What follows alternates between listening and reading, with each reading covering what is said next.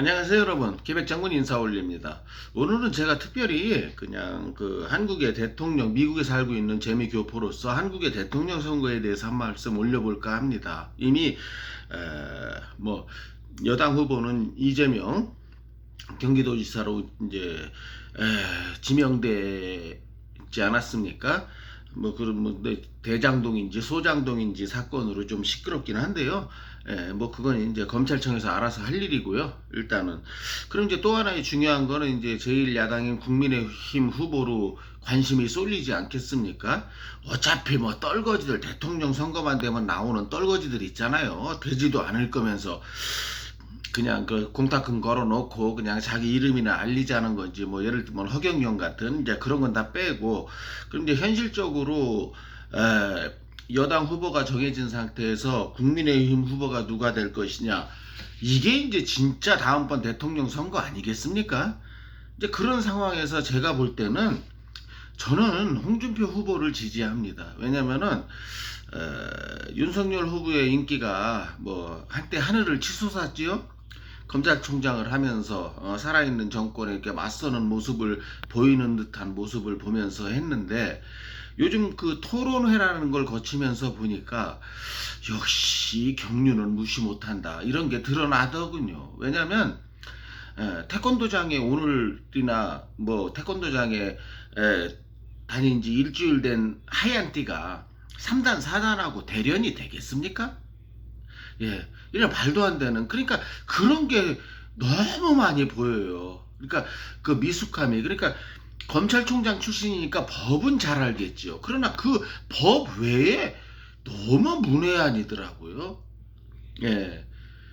이번에 그 가장 그 국민들의 반감을 산 게 그 전두환 옹호 발언이었지 않습니까? 자기는 뭐 이렇게 똑똑한 사람을 데려다 쓴다, 뭐 이런 좋은 뜻으로 얘기했다는데, 아니죠. 그거는, 아니 그럼 또 누구 말 맞다나 똑똑한 사람을 데려다 쓰면 다 될 것 같으면 대한민국에 대통령이 필요 없지 않습니까?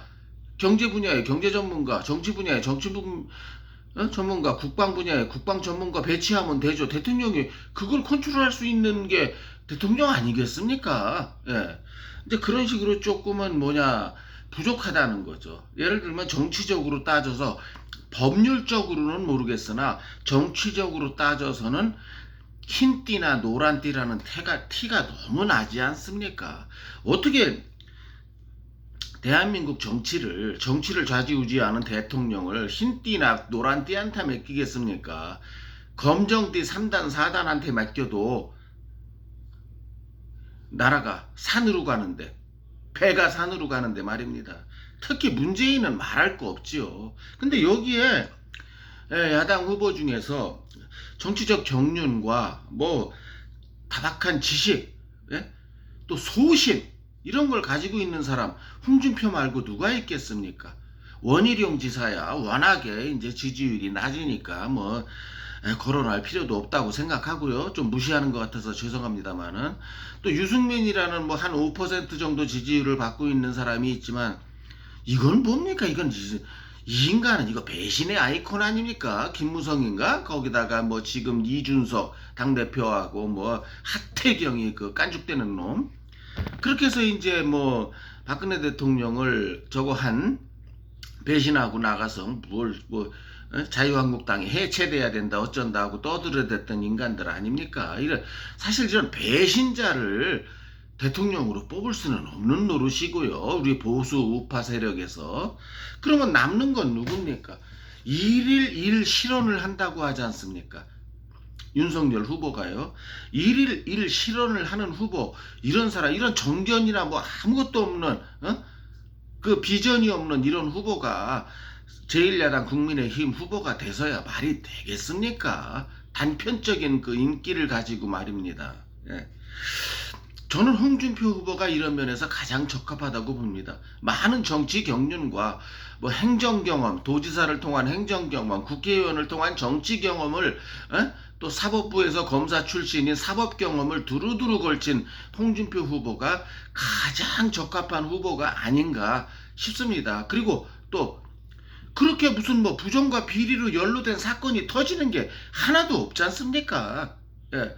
그럼 이런 상황에서 대한민국 야권의 후보는 당연히 홍준표 후보가 돼야 되지 않나요?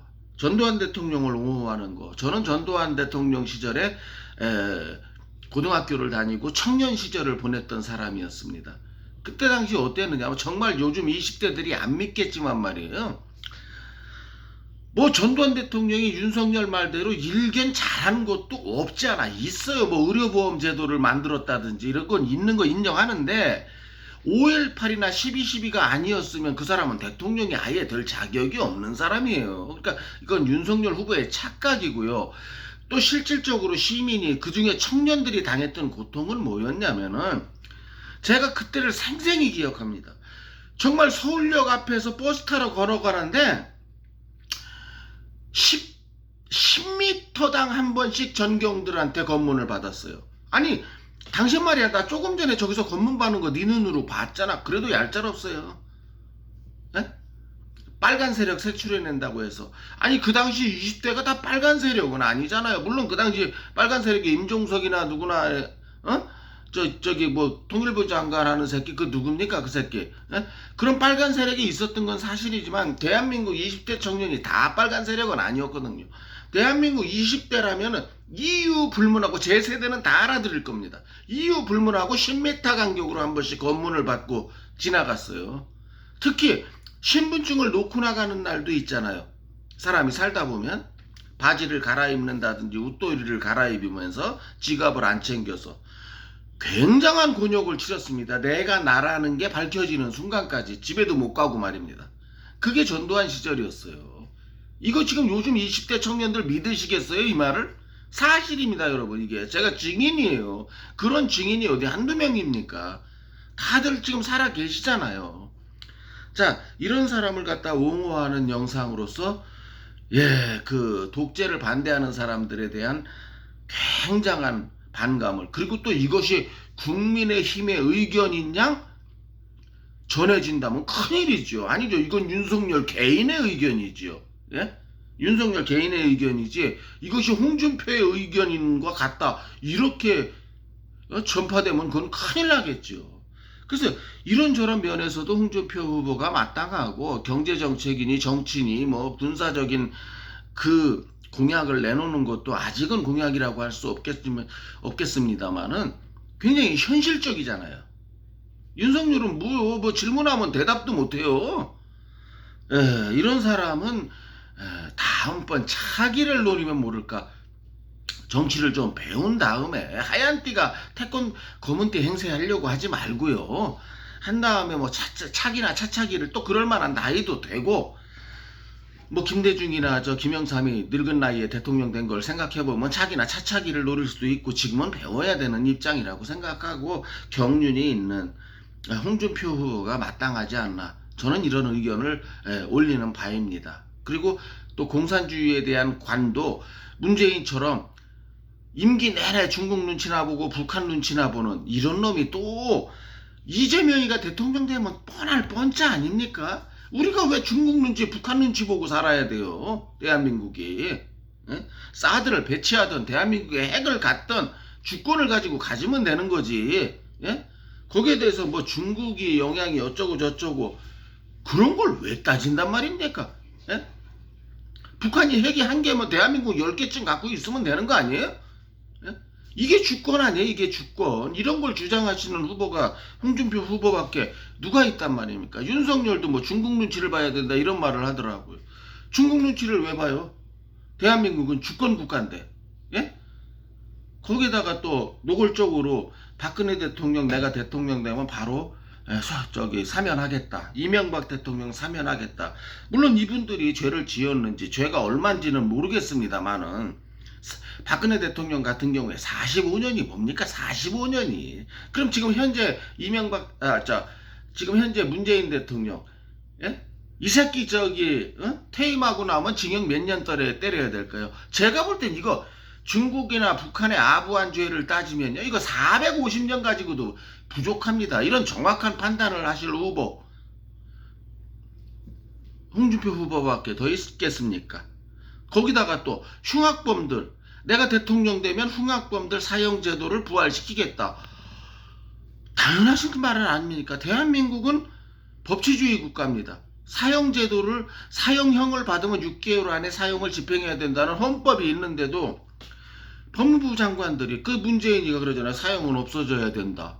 또 민주 변호사 협의회, 이게 뭐하는 개새끼들이에요. 사람은 사람의 생명을 해칠 수 없다. 그러므로 국가도 사람의 생명을 해칠 수 없다. 그러니까 사형수의 인권을 존중해야 된다. 그러면 그 유영철이한테 맞아 죽은 사람들 20명이 넘는 맞아 죽은 사람들은, 그 사람들의 인권은, 그 사람 가족들의 고통은 누가 돌아줘야 된다는 거 말입니까? 이건 국가의 몫이 아니겠습니까? 이걸 집행해야 되는 것이지요. 이런 뚜렷한 정책 정강을 가지고 있는 홍준표 후보를 지지하는 거, 어떤 면에서 당연한 거 아니겠습니까? 예.